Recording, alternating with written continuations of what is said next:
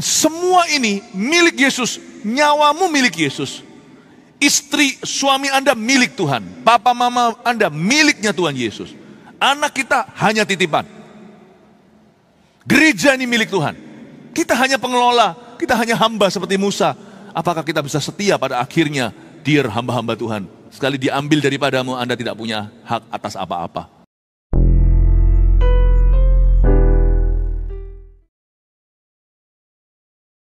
Haleluya. Mari kita berikan tepuk tangan untuk mereka. Sangat terharu hati melihat drama ini. Praise the Lord. Hati saya terharu. Sebuah pesan yang sangat jelas. Tuhan tidak marah sama kita. Tuhan tidak membencimu. Tuhan tidak mengutukimu. Dia mengasihimu. Dia mencari orang berdosa seperti Anda dan saya. Dia mati untuk kita.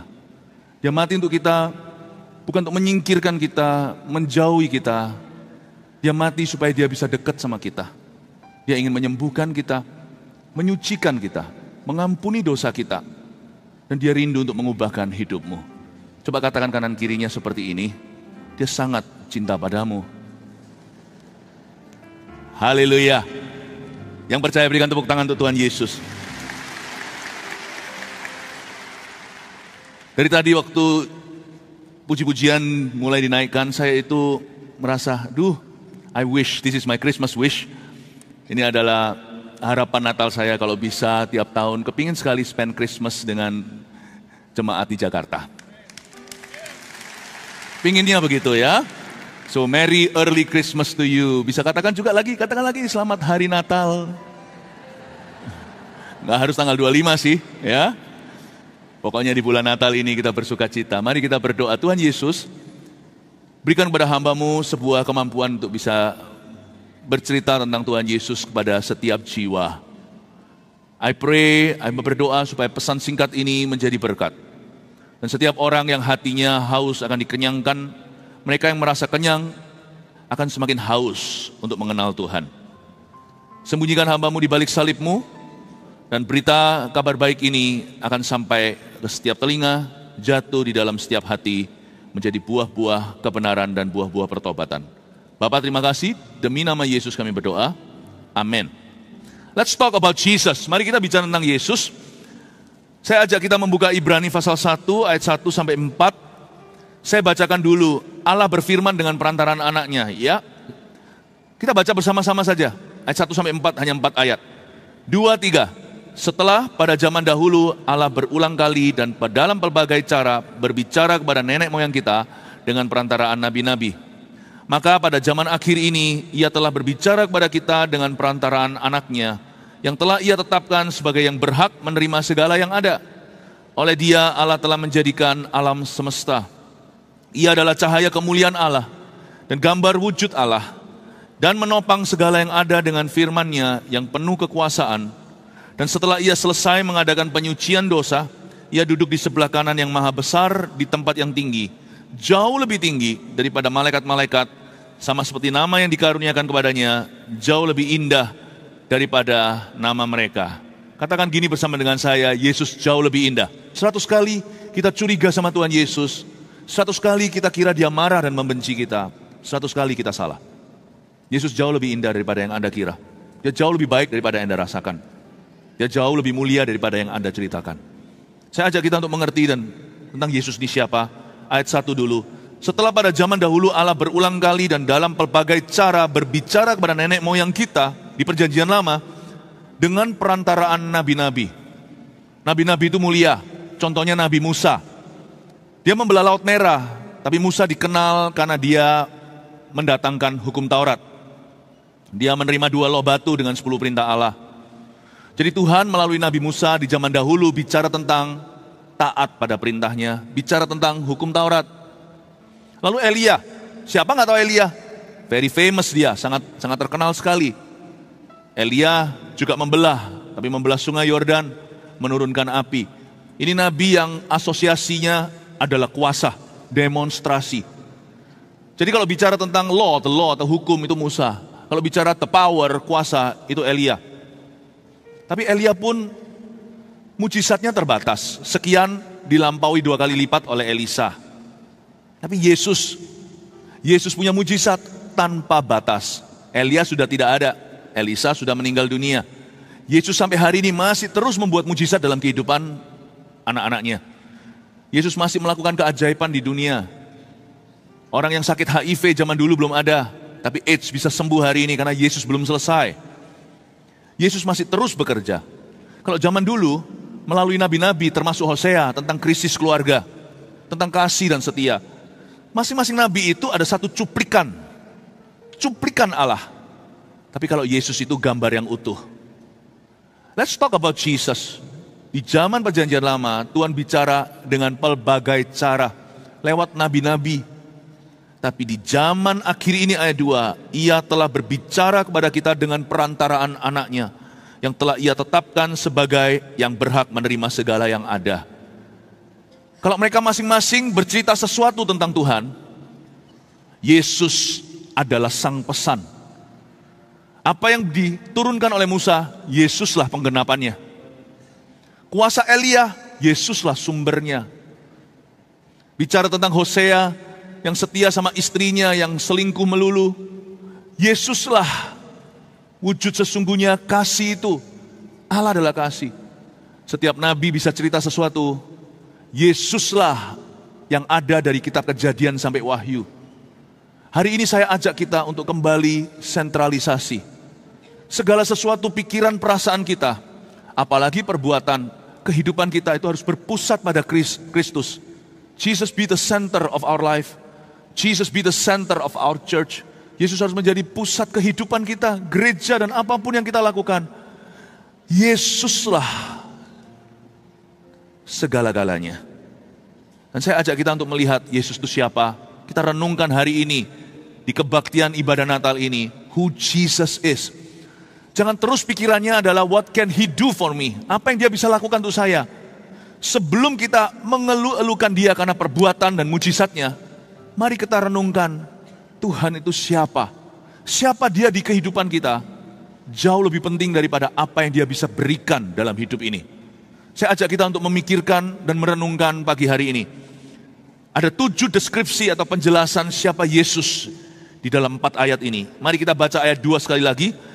Maka pada zaman akhir ini, Allah telah berbicara kepada kita dengan perantaraan anaknya, yang telah Ia tetapkan sebagai yang berhak menerima segala yang ada. Nomor 1, Yesus adalah yang berhak menerima segala yang ada.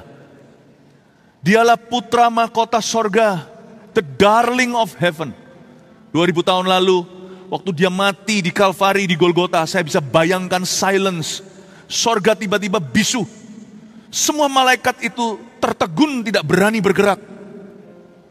Ketika the darling of heaven, ketika yang paling disayang di sorga, putra mahkota, the heir of all things, ahli waris segala ciptaannya, digantung di kayu salib untuk Anda dan saya. Jangankan waktu di Golgota, waktu turun di palungan aja, semua malaikat yang pernah diciptakan, semuanya begini dan menutup mulut dan matanya. Really? Tuan muda di palungan, tempat makan hewan, how low can you go? Tapi malaikat tidak berani berbuat sesuatu karena memang Bapa yang taruh dia di situ. Karena begitu besar kasih Allah kepada dunia, Ia mengaruniakan anak yang tunggal. Bukan masuk ke hotel yang mewah berbintang 5, ditaruh di palungan, jadi makanan hewan. Karena tubuhnya suatu hari jadi makanan kita, dipecah-pecahkan untuk Anda dan saya. Anda harus tahu bahwa Yesus itulah the owner of everything. Bumi langit bukan hanya Dia yang buat. Yesus tidak diciptakan, Dia pencipta alam semesta. Dan semua ini milik Yesus, nyawamu milik Yesus. Istri, suami Anda milik Tuhan. Papa, mama Anda miliknya Tuhan Yesus. Anak kita hanya titipan. Gereja ini milik Tuhan. Kita hanya pengelola, kita hanya hamba seperti Musa. Apakah kita bisa setia pada akhirnya, dear hamba-hamba Tuhan? Kita tidak memiliki apapun di bumi ini. Karena apapun yang diberikan pada kita semuanya hanyalah hak guna bangunan. Kita tidak pernah sungguh-sungguh memiliki sertifikat hak milik. SHM itu hanya milik Tuhan. Termasuk di sini kalau ada pengusaha besar, kecil, kerja sama orang, punya perusahaan sendiri. You never own anything. You never own anything. Saya baru dari penjara, bukan karena saya di penjara, saya kunjungi orang dalam penjara. Orang yang punya segala-galanya pun mengakui, once is taken away from you, you have no right to anything. Sekali diambil daripadamu, Anda tidak punya hak atas apa-apa. Luar biasa enggak? Dialah yang menerima segala yang ada. Semua itu suatu hari akan kembali kepada Tuhan. Telanjang kita datang, telanjang kita pulang. Makanya, di hidup ini layani Yesus. Itu yang kekal. Dengan segala talenta dan semua hak milikmu, sedikit atau banyak, 5 roti 2 ikan, atau Anda yang punya pabrik roti. Doesn't matter, 1 talenta, 5 talenta, kelola. The smartest thing to do, hal yang paling pintar yang kita bisa lakukan, adalah investasikan hidup kita untuk kekekalan. Karena dialah yang punya segalanya, everything will return to him, semuanya akan kembali kepada dia. Kita sih akan kembali kemana?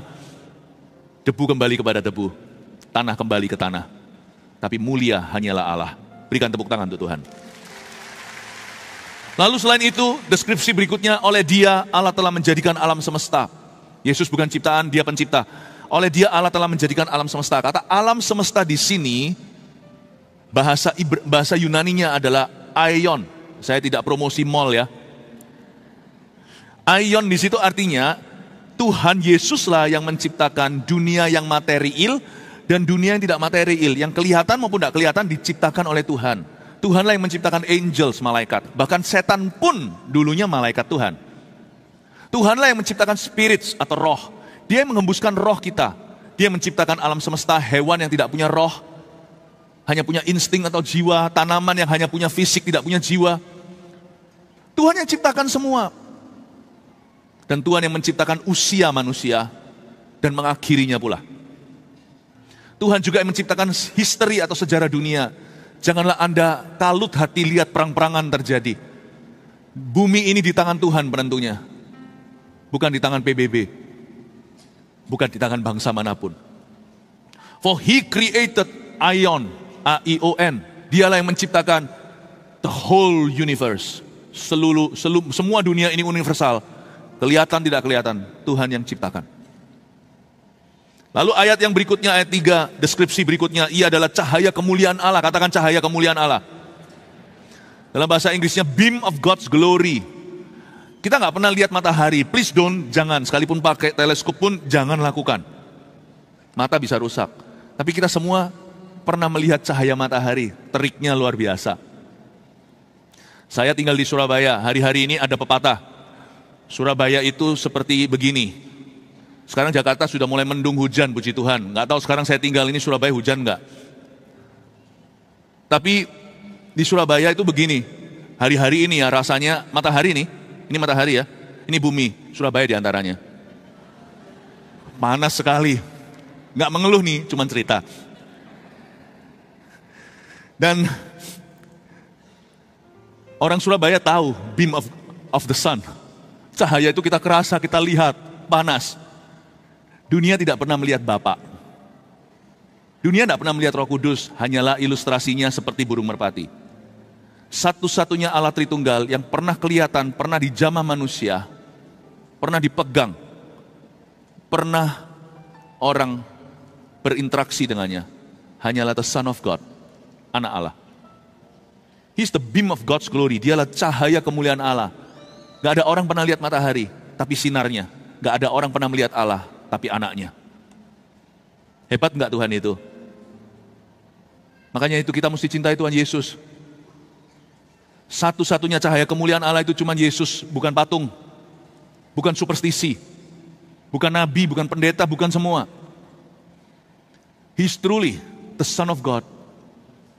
Makanya Yesus berkata, barang siapa punya anak, dia punya Bapa. Barang siapa tidak punya anak, dia tidak punya Bapa. Filipus bertanya, namanya sama saya. Makanya saya tertemplak. Dia berkata, Tuhan, Guru, tunjukkan Bapa itu kepada aku. Kamu sudah 3,5 tahun sama saya, kami masih belum mengenal Bapa. Bapa dalam aku dalam Bapa, akulah cahaya kemuliaannya. Wow, kamu tidak usah lihat Bapa, kamu lihat aku ya sudah lihat Bapa. Luar biasa ya. Makanya saya punya Yesus cukup kok. Saya punya Yesus cukup. Dialah cahaya kemuliaan Allah. Saya tidak usah cari-cari lagi seluk-beluk Allah. Saya belajar aja tentang Yesus. Duduk diam seperti Maria, layani dia. Sudah, saya sudah kenal Allah karena saya kenal Yesus. Berikan tepuk tangan untuk Tuhan. Jangan sebut dia hanya nabi sekalipun dia sangat profetik. Jangan sebut dia hanyalah Allahnya orang Kristen karena dia bukan hanya itu. Dialah cahaya kemuliaan Allah, God. Berikutnya, dan gambar wujud Allah. Saya tambahkan, He is the official image of God. Secara official itu Yesus itu centang birunya sorga. Dia adalah satu-satunya yang sah. Yang lainnya semua hanyalah dewa. Yang lainnya hanyalah idols atau berhala. Siapapun kau tempatkan di tempat Yesus di hidupmu, orang itu salah di mata Allah. Siapapun yang menempati tempat dia adalah berhala. Palsu kawiannya. Karena Yesus sajalah yang official. Yesus saja yang sah. Dialah gambar wujud Allah. Mau gambar Allah? Yesus. Dan bukan hanya itu, dia menopang segala yang ada dengan firman-Nya yang penuh kekuasaan. Deskripsi berikutnya, Yesus menopang segala yang ada di dunia ini dengan firman-Nya yang penuh kekuasaan. Dialah Logos. Dialah firman, dialah the intelligent mind atau pikiran intelek di balik semua ketertiban, tatanan, keteraturan dunia. Semua ketidaktertiban di dunia, perang, dosa, itu bukan dari Tuhan. Itu semua dari iblis, dari Lucifer, dari roh-roh jahat yang sedang memerangi umat manusia agar binasa. Tapi semua yang baik, semua yang sempurna datang dari Dia. Kalau Anda melihat bumi masih berputar pada porosnya, kita nggak sampai ngawang ke angkasa, itu karena ada Logos, the intelligent mind, pikiran intelek yang memelihara bumi. Oksigen tetap ada. Zaman COVID kita beli oksigen tabungnya aja susah. Beberapa orang kehabisan oksigen karena itu meninggal dunia. Anda baru tahu bahwa ternyata udara itu komoditas yang sangat mahal. Tapi di sini dikatakan dialah yang menopang segala yang ada dengan firman-Nya, dengan Logos itu. Logos yang gak kelihatan, Tuhan yang perintahkan. Logos yang kelihatan adalah kitab Kejadian sampai kitab Wahyu. Hari ini saya ingatkan Anda, kita gak punya dua buku memperkenalkan kita sama Allah. Di seluruh bumi ini bisa ada ribuan tak terhingga buku. Extension sebagai kepanjangan dari Alkitab. Sebenarnya hanya ada satu buku saja. Di dalamnya ada 66 kitab. Satu-satunya pegangan kita dari lahir sampai mati. Nggak ada buku lain yang memperkenalkan kita pada Tuhan. Logos the Word. Yaitu firman Tuhan, Alkitab.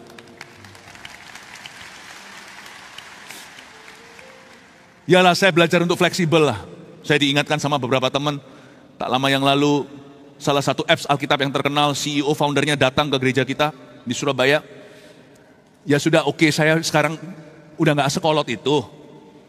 Oke, saya percaya Alkitab juga bisa ada di HP kita. Oke, ya wish gitu loh.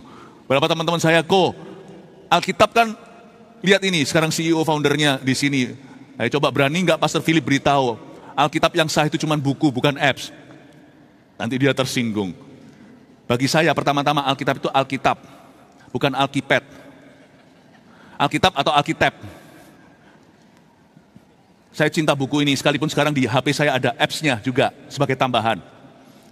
Saya beritahu ya, buku ini jangan hilang. Jangan jauh dari hidupmu. Ya udahlah, kalau Anda datang ke gereja kan sekarang sudah ada di screen-nya. Apalagi kalau pengkhotbah, khotbahnya cepat sekali, bolak-balik Alkitab gak keburu ya kan? Oke, I understand. Mungkin lighting di gereja kurang Anda tidak baca, tapi di rumahmu harus ada ini. Di kantormu harus ada ini. Alkitab jangan jauh. Saya punya beberapa Alkitab bukan karena saya egois. Ada Alkitab khotbah saya, Alkitab saat teduh saya secara pribadi. Ada saya taruh di tas saya, ada saya taruh di sebelahnya ranjang saya juga ada. Saya nggak mau jauh. Karena di seluruh dunia ini barang langka. Meskipun di print banyak sekali, jutaan eksemplar, but there is only one book that introduces there's only one book, hanya ada satu buku, di dalamnya ada 66 kitab. Logos itu yang memperkenalkan Anda pada jalan Tuhan. Cuman satu buku tentang jalan surga, ini aja. Saya nggak percaya buku lain, ini aja. Sungguhan, Anda tidak boleh jauh dari ini. Mesti punya Alkitab, bukan Alkitab, bukan Alkipad. Anda baca. Sekarang tuh saya baca Alkitab begini karena mata saya sudah ada lauhah atau sudah ada plusnya. Jadi kalau saya baca nggak bagus. Ya kan, kalau saya nggak pakai kacamata atau pakai kacamata minus saya bacanya begini. Kayak Tapi saya punya keputusan hati. Saya akan baca Alkitab, bukan Alkitabnya, Alkipadnya. sampai saya mati. Saya akan baca Alkitab ini. Dear istri, kalau suatu hari saya nggak bisa membaca Alkitab ini karena sudah terlalu tua, tolong bacakan ke telinga saya. Bukan dari iPad, dari Alkitab saya. I love this Bible.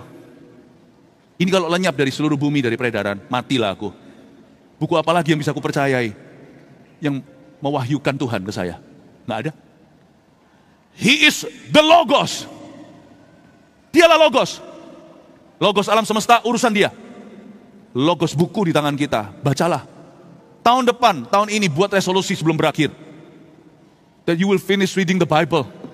Jemaat jangan menjadi jemaat yang terima khotbahan. Khotbah itu jauh lebih dalam kita tangkap kalau kita baca Alkitab.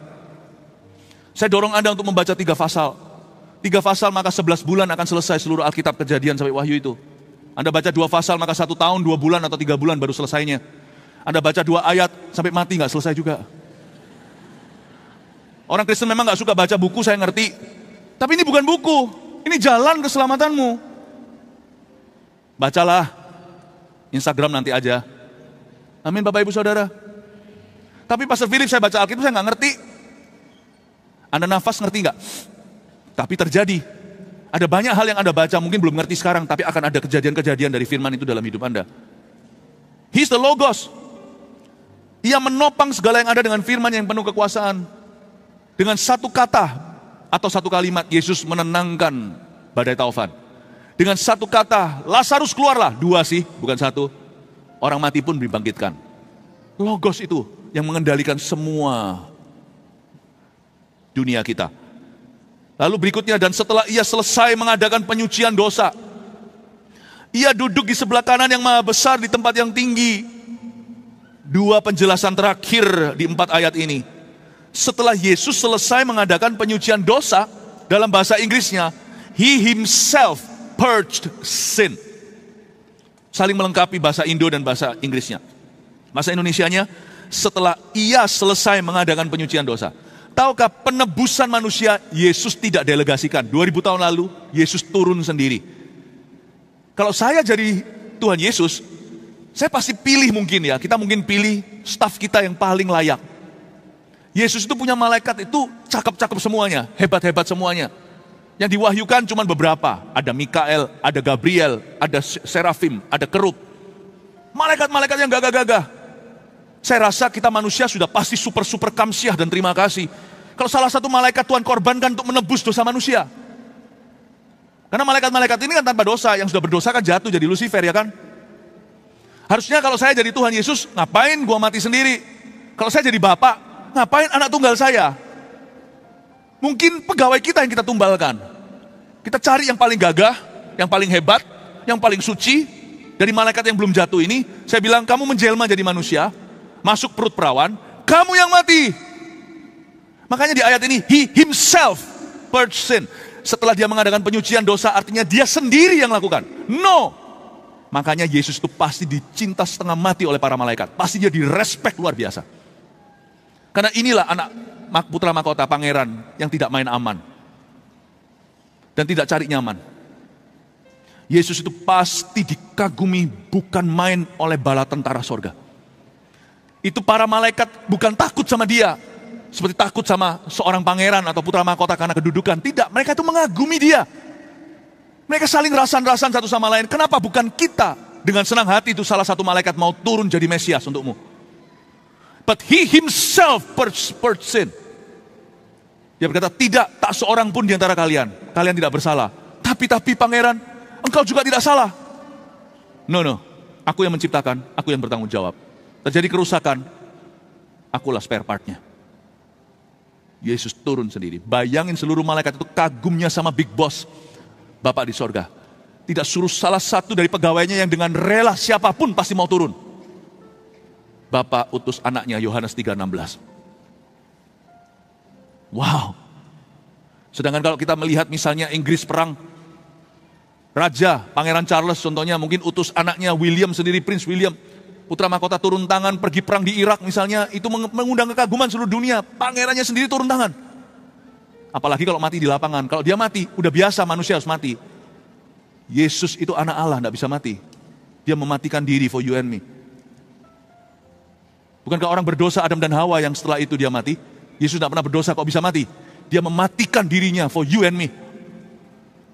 Makanya itu kalau orang nggak terima Yesus, nggak mungkin ada jalan lain. Kalau ada jalan lain berarti Allah membuat kesalahan. Makanya di surat Yohanes pasal 1 dikatakan, barang siapa berkata ia tidak berbuat dosa, atau artinya dia tidak memerlukan Yesus atau ada jalan lain, dia bukanlah satu-satunya jalan kebenaran. Orang itu membuat Tuhan menjadi pendusta. Makanya saya nggak percaya di luar Yesus ada keselamatan. Kalau Anda tidak percaya Yesus hari ini, di kebaktian Natal seperti sekarang, ketika diberitakan Injil, nggak ada jalan lain saudaraku. Nggak ada jalan lain. Bapak tidak akan menerima orang masuk ke sorga sebaik apapun amal sosialnya, kalau dia menganggap sia-sia pengorbanan putra mahkotanya. Kalau dia menganggap Yesus itu mati konyol, gak mungkin masuk ke akhirat, gak mungkin diselamatkan. Kalau memang ada jalan lain kan Yesus gak usah mati mencurahkan darah untuk Anda, hai orang baik maupun orang jahat. Pendosa itu hanya ada satu penembusannya, darah Yesus. Makanya kalau Yesus saja dikorbankan, masa wanita pendarahan itu dijauhi oleh Tuhan? Bukankah untuk supaya menyelamatkan orang-orang kayak dia, kayak kita itu Tuhan Yesus mati? Setelah ia mengadakan penyucian dosa, he himself purge sin. Saya ajak Anda untuk berpikir keras kalau perlu. Saya ingin Anda untuk melihat Yesus bagaimana adanya. Yesus itu dikagumi oleh malaikat. Dan Yesus itu dicintai oleh orang-orang yang berterima kasih dia mati untuknya. Makanya saya cinta Yesus. Saya nggak sempurna, saya kadang-kadang masih kurang taat sama dia. Tapi saya cinta. Bagaimana enggak? Dosaku yang banyak itu diampuni. Lebih besar dosa orang itu, lebih merasa diampuni. Dia lebih mengasihi. Saya merasa saya ini bejat, tapi Tuhan kasih selamat.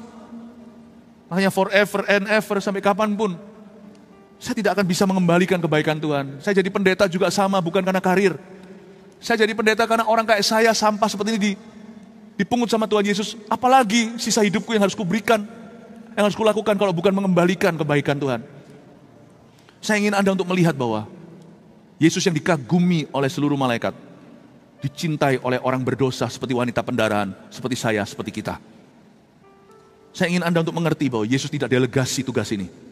He himself came down and died. Dia sendiri yang turun tangan.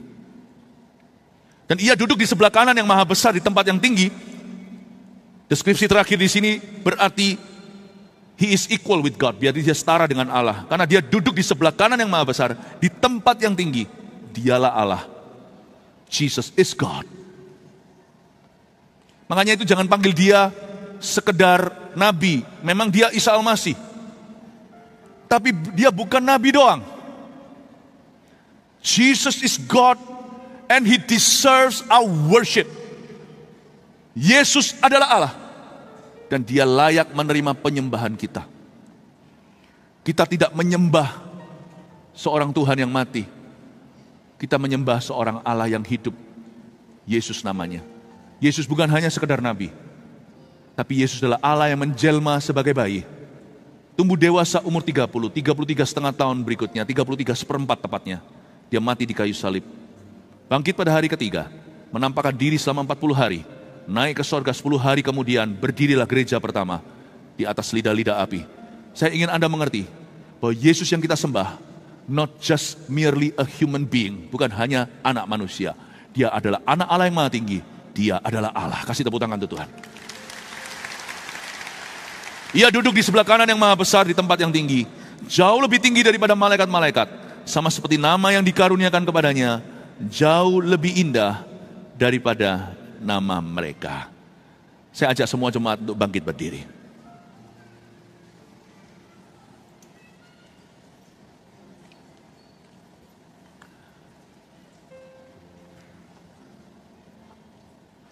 Pertanyaannya sekarang, kalau Yesus datang atau kita mati hari ini, saya punya pertanyaan anak sekolah minggu.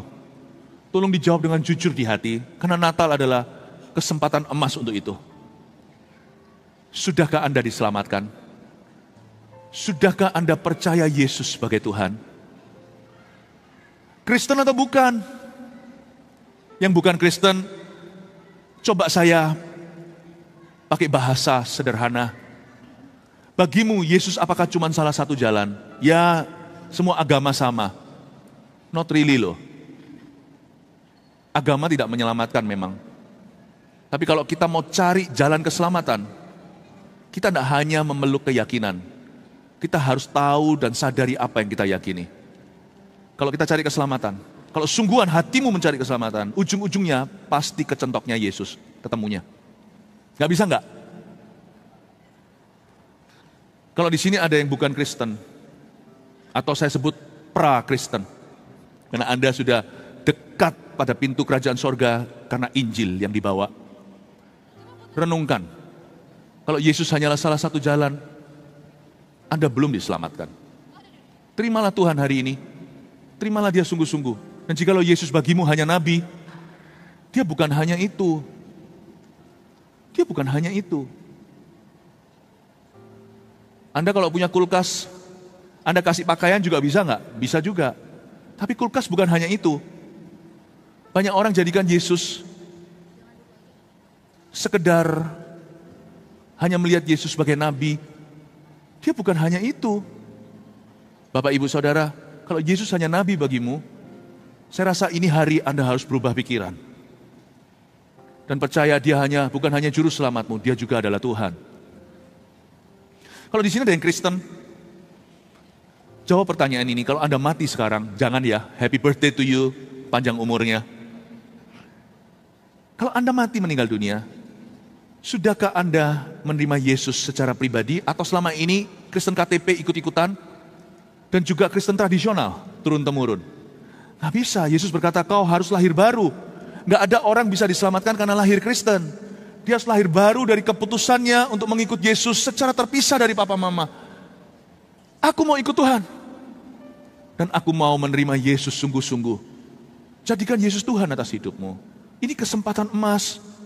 Saya dorong Anda untuk merenungkan ini. Kita akan nyanyikan satu lagu, tolong disiapkan sesuatu. Sambil kita renungkan ini, nanti saya akan panggil pada waktunya, sesuai instruksi saya, orang-orang yang mau maju untuk menerima Yesus sebagai Tuhan dan Juru Selamat. Saya rasa Natal adalah waktu yang tepat. Kita berikan mereka semangat.